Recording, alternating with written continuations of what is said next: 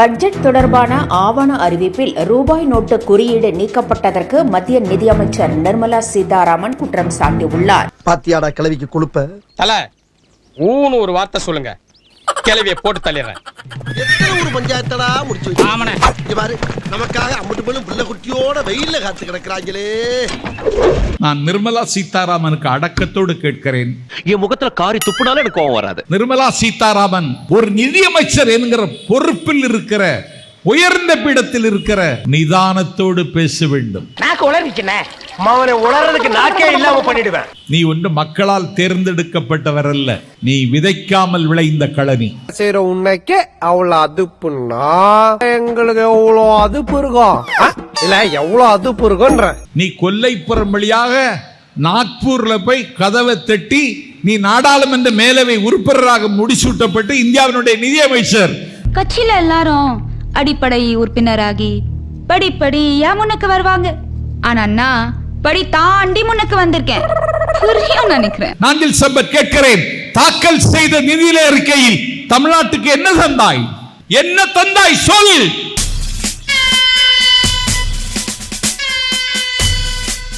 உண்மையில் நிர்மலா சீதாராமன் தேச ஒற்றுமையை பாதுகாக்கணும்னா என்ன செய்யணும்?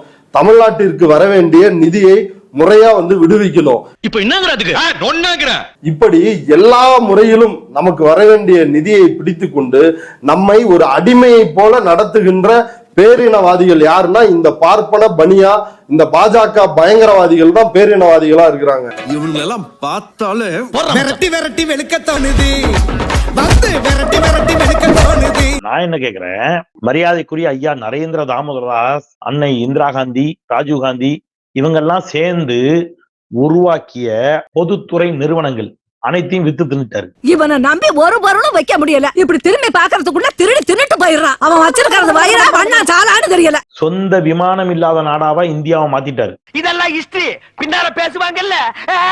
பிளைட்டை வாங்கி வச்சார் நேரு மாமா, வித்து தொழிச்சான் நரேந்திர மோடி. ரயில்வேயை கொண்டு வந்தோம், அந்த ரயில்வேயும் விட்டு விட்டார்கள். ஆக எல்லாத்தையும் வித்துட்டு உங்களை சுரண்டி கொள்ளையடித்து மதத்தின் பெயரால் ஜாதியின் பெயரால் இந்த நாட்டை துண்டாக்கி கேவலப்படுத்துவதற்கு பிஜேபி என்ற ஒரு கட்சி இருக்கிறது. ஆலங்காத்தால உனக்கு குறவழி வரைக்கும் சோத்த போட்டு வண்டியில ஏத்திட்டு வந்ததுக்கு உன்னால என்ன பண்ண முடியுமோ பண்ணிட்ட. நாங்கள் கொடுக்கிற ₹1 வரிக்கு நீங்கள் திருப்பி கொடுப்பது வெறும் 29 பைசா மட்டுமே என்பது எவ்வளவு அவலமானது. இப்படிலாம் பண்ணன்னு வச்சுக்கடா, நாசமா போயிருவடா, அழிஞ்சு போயிருவ. எண்ணத்தை மாத்திக்க, இல்லன்னா நீ அவ்வளவுதான். ஆனால் பீகார் செலுத்துகிற ₹1 வரிக்கு ₹7 திருப்பி கொடுக்கிறீர்கள். எது யார் வீட்டு பணத்தை யாரா பங்கு போடுறது? உத்தரப்பிரதேசம் கொடுக்கிற ₹1 வரிக்கு ₹1.75 பைசா திருப்பி கொடுக்கிறீர்கள். என் நெத்திய நல்லா பாருங்க, இதுல கேனப்பைய அப்படின்னு எழுதி இருக்கா? இல்ல. அப்ப நான் என்ன இழிச்ச வாயனாடா? இழிச்ச வாயனா? 3 வருடமாக பற்றி எரிகிறது மணிப்பூர். ஒரு முறை கூட பிரதமர் போகவில்லை. எது? இங்க நான் ஒரே பிஸி. ஒரு முறை கூட போகாத பிரதமர் இருக்கிற ஒரு அவைக்கு மணிப்பூரின் பட்ஜெட்டை தாக்கல் செய்கிறீர்களே, இது நாகரிகமா என்ற கேள்வியை உங்களிடம் நாங்கள் கேட்க விரும்புகிறோம். பதில் தெரியாதவன்கிட்ட கேள்வி கேட்டா கூட தேடி பூச்சி ஏதாவது தப்பாவது பதில் சொல்லுவான். எனக்கு கேள்வியே தெரியாத.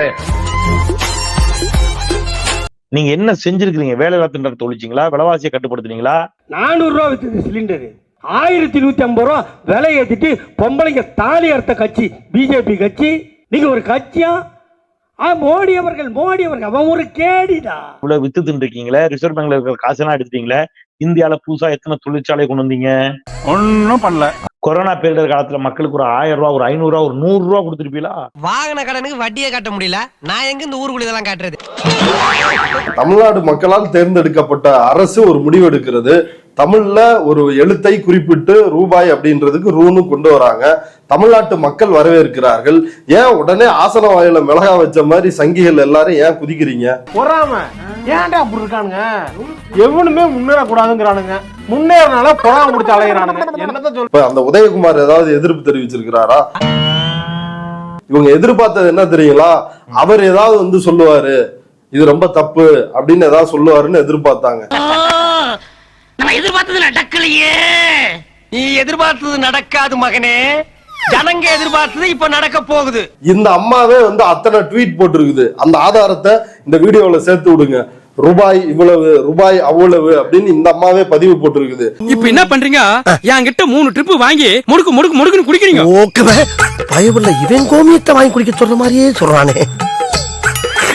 வானதி சீனிவாசன் என்ன காரணம்னா, அது எப்படி தேவநாகரிய நீங்க வந்து ஏத்துக்க மாட்டீங்க, நாங்க எதுக்கு தேவநாகரிய ஏத்துக்கணும்? நம்ம முதுகுல இருந்து ஏதுவா பாத்து கம்முன்னு இருக்கணுமா?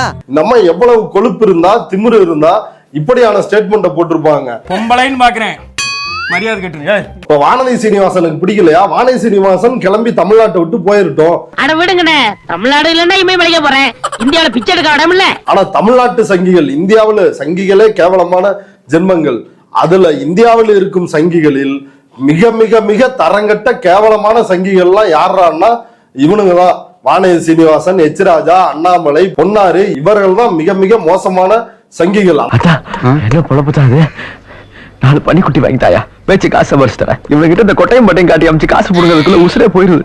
அடுத்து இன்னொரு அம்மா, அந்த பேரை கேட்டாலே சும்மா அதிருது இல்ல அப்படின்ற மாதிரி, மதுவந்தி. அச்சுச்சோ அவரா பயங்கரமான வராச்சே, அவர்ல கொஞ்சம் ஜாக்கிரதையா இருங்கப்பா அப்படின்னு சொல்லுவா. என்ன மாற்றம் வரப்போகுது? எதுக்காக இப்படி மக்களை ஏமாத்துறீங்க?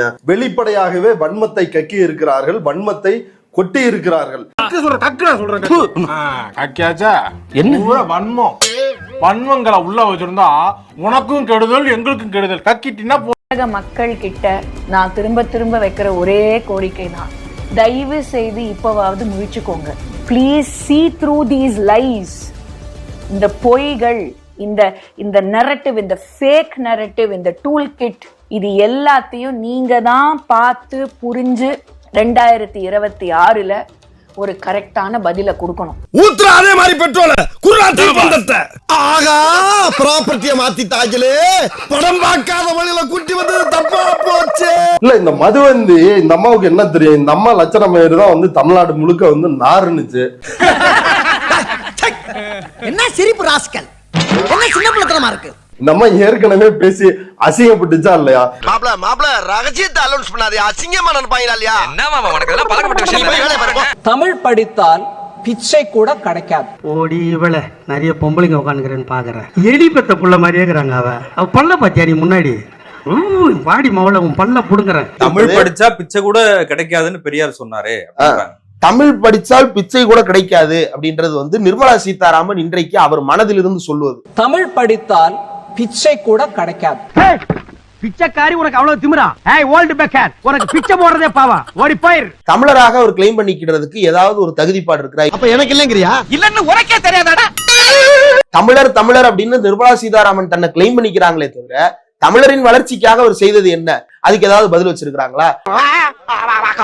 ஊமையா, மௌன விரதமா?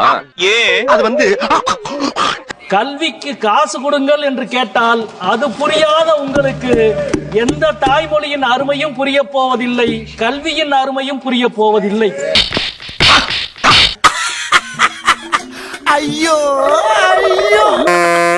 ஸ்டார்ட் பண்ணு.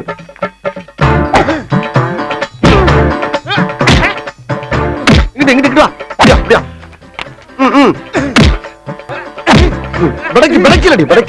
மண்டல மட்டும் அடிச்சிடாத, குலக்கேசல் உள்ள போயிருவேன். சரியா? உங்க வீட்டு பிள்ளையா நினைச்சு எல்லாரும் என்னை மன்னிச்சிருக்க.